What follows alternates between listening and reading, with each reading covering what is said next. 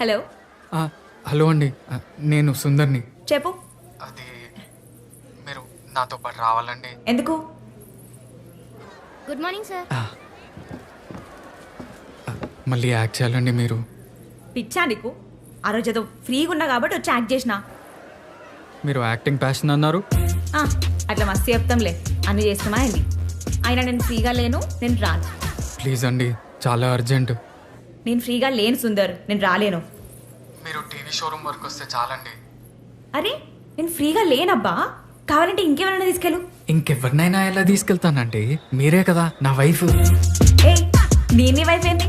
అదే అండి, నా వైఫ్ లాగా యాక్ట్ చేశారు కదా. ఆహా, ఇట్లనే చేస్తే టోటల్గానే నీ వైఫ్ ఎవడట్టున్నా. అలా కాదండి, మా స్టాఫ్ అంతా నాకు టీవీ ఇస్తామంటున్నారు.